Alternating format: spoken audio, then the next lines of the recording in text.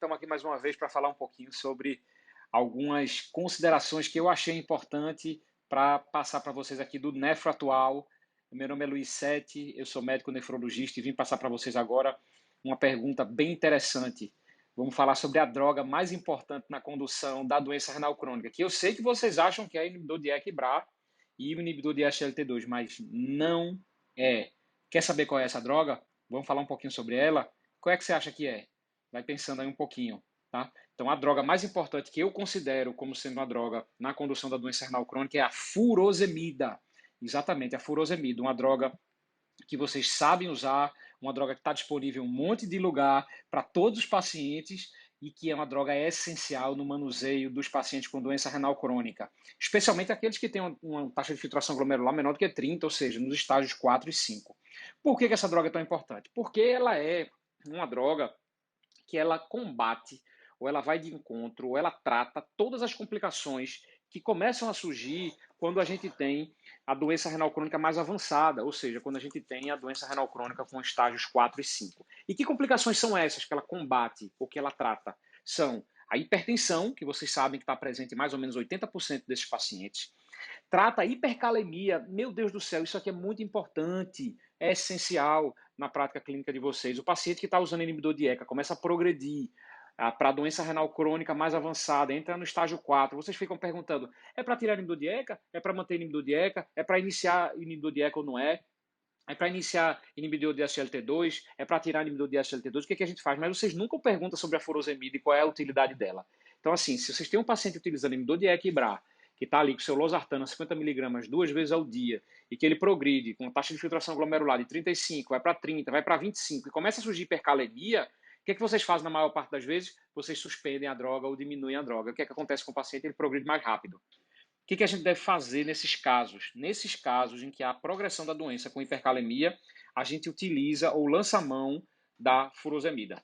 A furosemida é importante para poder a gente avaliar o quê? Para a gente avaliar, diminuir a chance de hipercalemia, e ela é sincrônica, ela não precisa ser substituída ou retirada, na verdade. É uma droga que, em conjunto com o inibidor de ECA/BRA, ela pode tratar a hipercalemia e, além disso, ela ajudar no controle da hipervolemia e da hipertensão.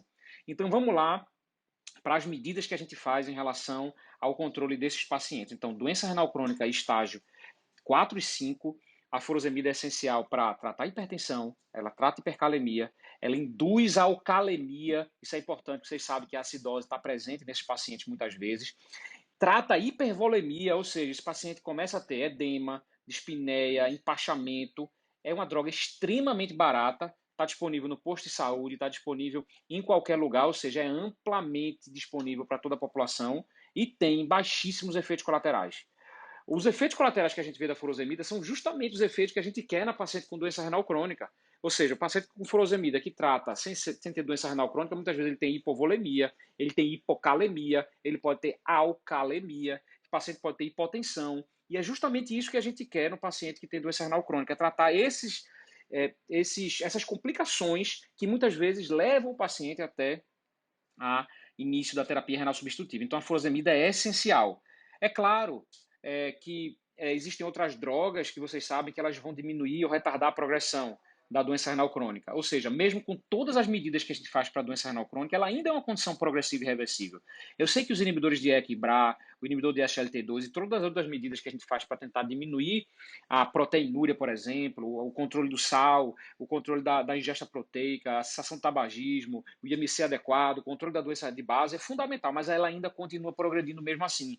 E uma hora, ou, quer queira, quer não, vai chegar uma hora que esse paciente vai precisar do uso da furosemida para poder conter essas complicações, que são complicações relacionadas à hipervolemia, hipercalemia, acidemia, retenção hidrossalina, hipertensão, eles vão ter dispneia, vão ter edema, então a droga é essencial.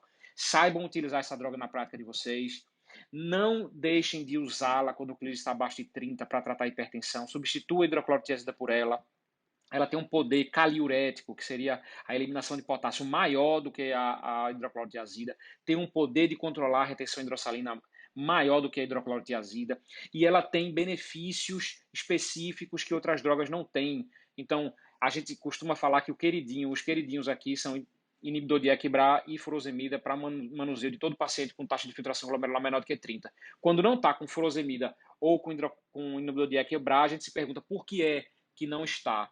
Né? Muitas vezes o que está limitando a gente a aumentar para a dose máxima do de Equibra é a hipercalemia. E muitas vezes ele está ali com 10 miligramas de enalapril e com 10 miligramas de anlodipino. Por que não aumenta o enalapril para 20? Não, porque a gente tentou aumentar e subir um pouquinho o potássio, a gente voltou para 10. Tira esse anlodipino, coloca a furosemida, aumenta a dose do enalapril para 20, que é a dose máxima, que tem muito mais benefício em relação à progressão da doença. Tá certo, pessoal? Então, isso foram algumas considerações. Se você concorda ou não concorda, você acha que essa é a droga principal, comenta aí, dá um legal, diz para mim o que você achou aí desse post e a gente está à disposição para tirar qualquer dúvida. Tá bom, pessoal? Um grande abraço aí, até a próxima. Sigam o Nefro Atual e compartilhem.